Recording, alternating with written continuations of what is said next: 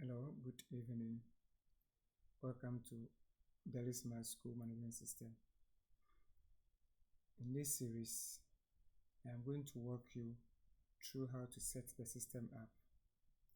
And we are going to focus on the main settings whenever you log in. At the first login step, we are going to look at the main settings. So let's log in with our credentials.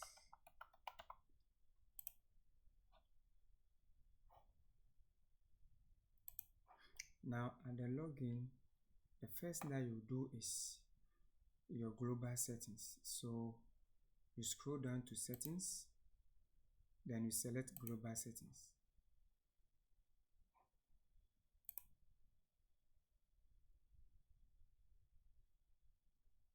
So at the global settings, you are going to set up your institution name, then your institution code. Now this code will be used as a preface for the student registration numbers. So whatever you set here, when you are registering students, the preface will be used against the numbers, the student numbers, the mobile phone number. You're going to the basic settings here. Now from here you go to, that's the general settings, you go to the theme settings. Here you set your own theme. You set your own theme for the program. So let's assume I want the corporate blue. So I'll click apply, then save it. Now when I save, my left menu bar and my header color will also change. Now you go to the logo side, you upload your system logo, your test logo, the printing logo, and the report card logo. So basically it's going to be the normal school logo for all. Now the login background, you can change the login background, use your own school children images or your school building images.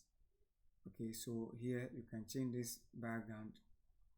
Now here is the main login page. You can change this image and use any of your class student image. Now you can also change this profile page image. Okay. Now whenever a student logs in and go to the profile page, this image shows as a background image at the profile side. So that's basically what you do here. Now you move to the file settings. Here you enter all the files that you want the system to allow. Okay, so when it comes to images, which format or extension should be allowed. When it comes to the size, how many size should the system accept? Now this is for files, all the extension here. So here you can leave them as it is, or if you want to change the file upload sizes, you can also change them. So that's the first thing that you do whenever you log in into the system for the first time. You do the global settings. Now you also go to the school settings.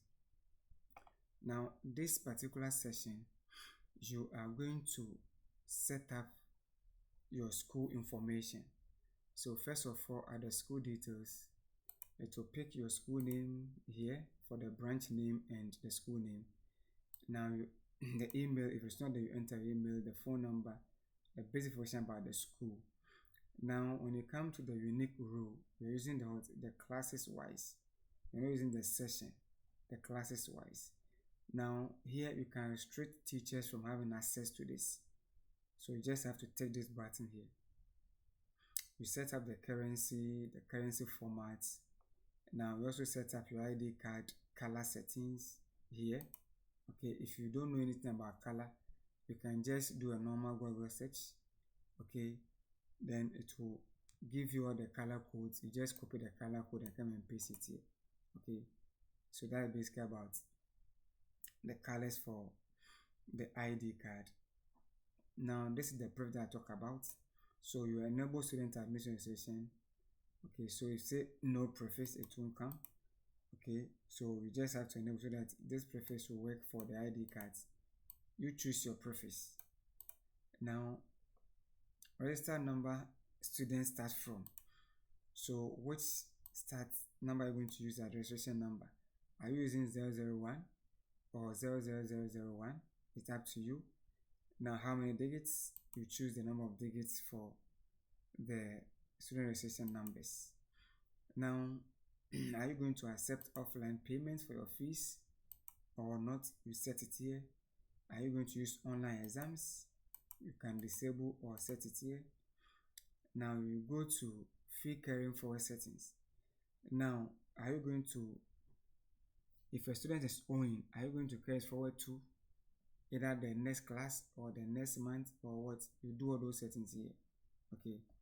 Now here you are looking at automatically generate what? Logins. When I admit a student, automatically generate a login for me so that I don't have to do that manually. So you enter, for students, I'm using students, then the default password. For parents, I'm using parents and the default password. So whenever you generate, you admit a student, automatically the parents will have a default login details. You can also do for your employees as well. When you click here, you can enter the preface and the default password for employees. So whenever you add an employee, automatically they will have a default password and username. Then they can change whenever they log in. Now this is our login settings. You can upload all the logos here. Then you save those settings. Now the next thing is you go to the role permission. Now here you are going to set which areas that a teacher is supposed to have or have access to. So we come to this section here, permissions. At the permission section, you have dashboard. Do you want the teachers to see the monthly income?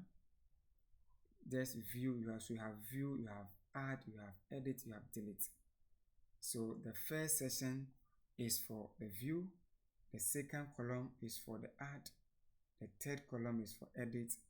And the last column is for delete. So you set them. You go to the dashboard. What do you want the teachers to have access to? You take those that they want to have access to. Either it's going to be only view section, that's the read me. They only read.